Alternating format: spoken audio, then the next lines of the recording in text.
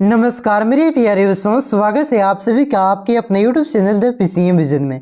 प्यारे बच्चों, आज के इस वीडियो के माध्यम से हम लोग क्लास 8 सोशल साइंस यानी कि सामाजिक विज्ञान, जो कि आज यानी कि 23 दिसंबर को जो आप सभी का हाफ ईयरली यानी कि अर्धवार्षिक परीक्षा है, उसके वेरी इंपॉर्टेंट क्वेश्चन को बताने वाला हूँ, जो कि आपका आज के एग्जाम में डायरेक्ट देखने को मिलेगा। तो वीडियो पे आप लोग अंत तक बने रहें और चैनल पे पहली बार आए तो चैनल को सब्सक्राइब अवश्य कीजिएगा। तो चलिए शुरू करते हैं और एक करके सारे क्वेश्चन को देख लेते हैं। तो देखिए बच्चों, पहला क्वेश्चन है कि बिरसा मुंडा का जन्म कब हुआ था। तो बिरसा मुंडा का जन्म आपका 15 नवंबर 1875 को हुआ था।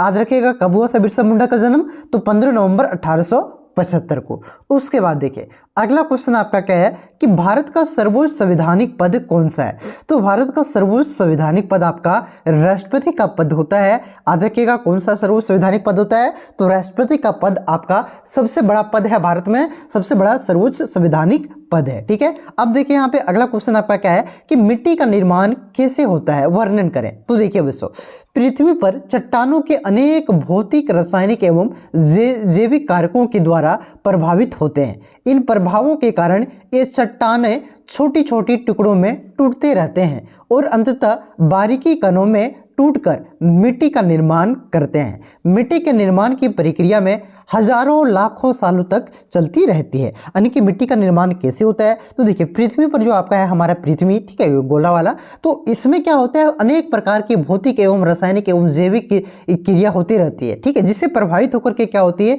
चट्टानें आपका छोटी छोटी टुकड़े में टूटते रहते हैं और ये धीरे धीरे करके अनेक बारीकी कण में टूटते जाते हैं और इससे आपका क्या होता है, मिट्टी का निर्माण होता है। ये जो प्रक्रिया आपका मिट्टी निर्माण की, ये हजारों लाखों सालों तक चलती रहती है। अगला क्वेश्चन देखिए आपका क्या है कि भारतीय संविधान द्वारा प्रदत्त मौलिक अधिकारों का संक्षेप में वर्णन करें। तो इसी क्वेश्चन को घुमा करके पूछेगा कि भारतीय संविधान द्वारा प्रदत्त किन्हीं 3 मौलिक अधिकारों का लिखें। ठीक है, तो मौलिक अधिकार कितने हैं बच्चों, तो मौलिक अधिकार टोटल आपका 6 मौलिक अधिकार है। ठीक है, चलिए यहाँ पे देखते हैं हम लोग 3, कोई भी आप लोग लिख सकते हैं, आएगा बोर्ड एग्जाम मतलब एग्जाम में। तो आप लोग पूरा लिखने को आएगा तो पूरा लिख दीजिएगा। ठीक है, और छोटा छोटा करके भी लिख सकते हैं, मैं बता देता हूँ कहाँ कहाँ काटना है। देखिए भारतीय संविधान के द्वारा प्रदत्त मौलिक अधिकार है। पहला क्या है आपका, समानता का अधिकार। देखिए कानून की नज़र में सभी लोग समान हैं। इसका मतलब है कि सभी लोगों को देश का कानून एक समान सुरक्षा प्रदान करेगा। इस अधिकार का में यह भी कहा गया है कि धर्म, जाति या लिंग के आधार पर किसी भी नागरिक के साथ भेदभाव नहीं किया जा सकता है।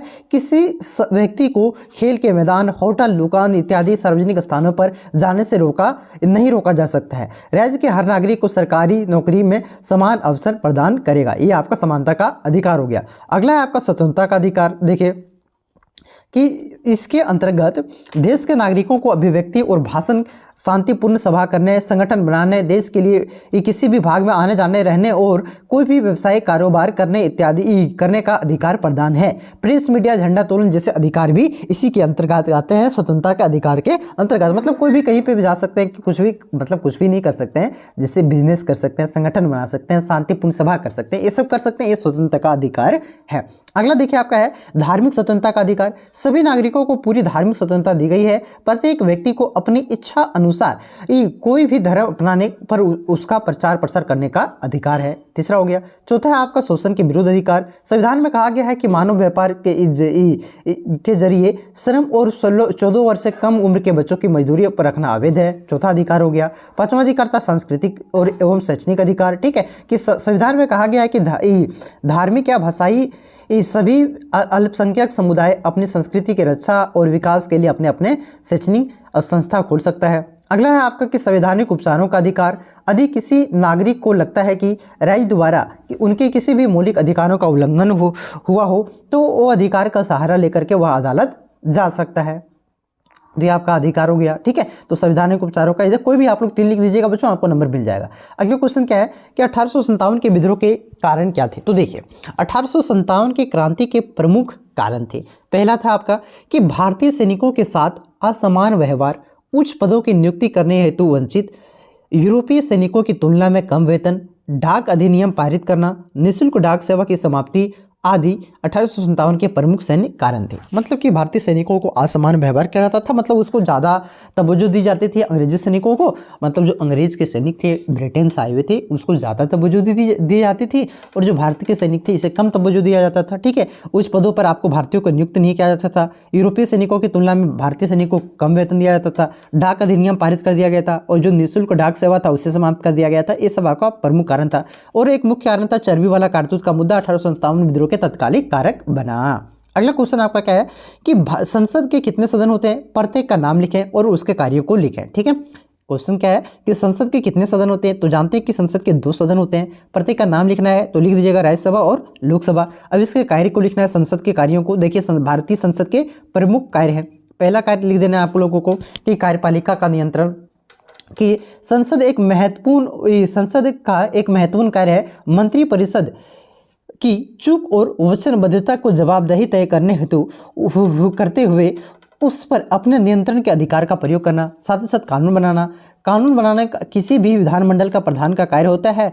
ये भारत की संसद उन तमाम विषयों पर कानून बनाती है जो संघ सूची और समवर्ती सूची, राज्य और केंद्र दोनों की सूची से में शामिल विषय में शामिल है। ठीक है, कानून बनाना इसका अधिकार है। कार्यपालिका पर नियंत्रण है, वित्त पर नियंत्रण है, यानी कि संसद खास करके लोकसभा वित्त के कार्य क्षेत्र में महत्वपूर्ण अधिकारों का प्रयोग करती है। विधायिका को यह सुनिश्चित करना होता है कि सार्वजनिक निधि की उगाही और वह उसकी अनुमति से हो। ठीक है, ये सब इसका प्रमुख कार्य हो गया। अगला क्वेश्चन आपका क्या आएगा कि राज्य झड़प नीति के प्रमुख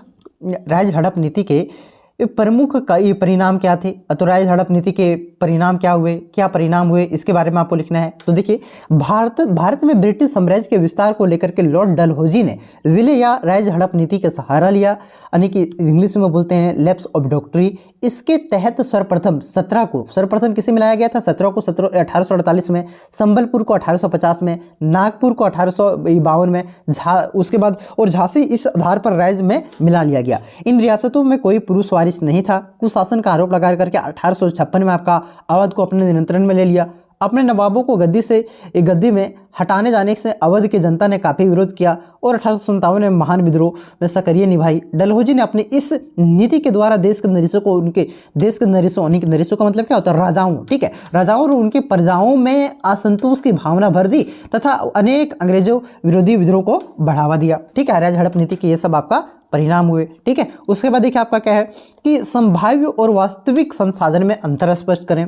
ठीक है, देखिए क्या है संभाव्य और वास्तविक संसाधन, तो वैसे संसाधन जिनकी मात्रा ज्ञात नहीं होती है और जिनका उपयोग वर्तमान समय में नहीं किया जाता है उसे क्या कहते हैं, संभाव्य, यानी कि संभावना है ये संसाधन आने का। ठीक है, जैसे आपका सौर ऊर्जा, ठीक है, ये सब क्या है आपका संभाव्य संसाधन है।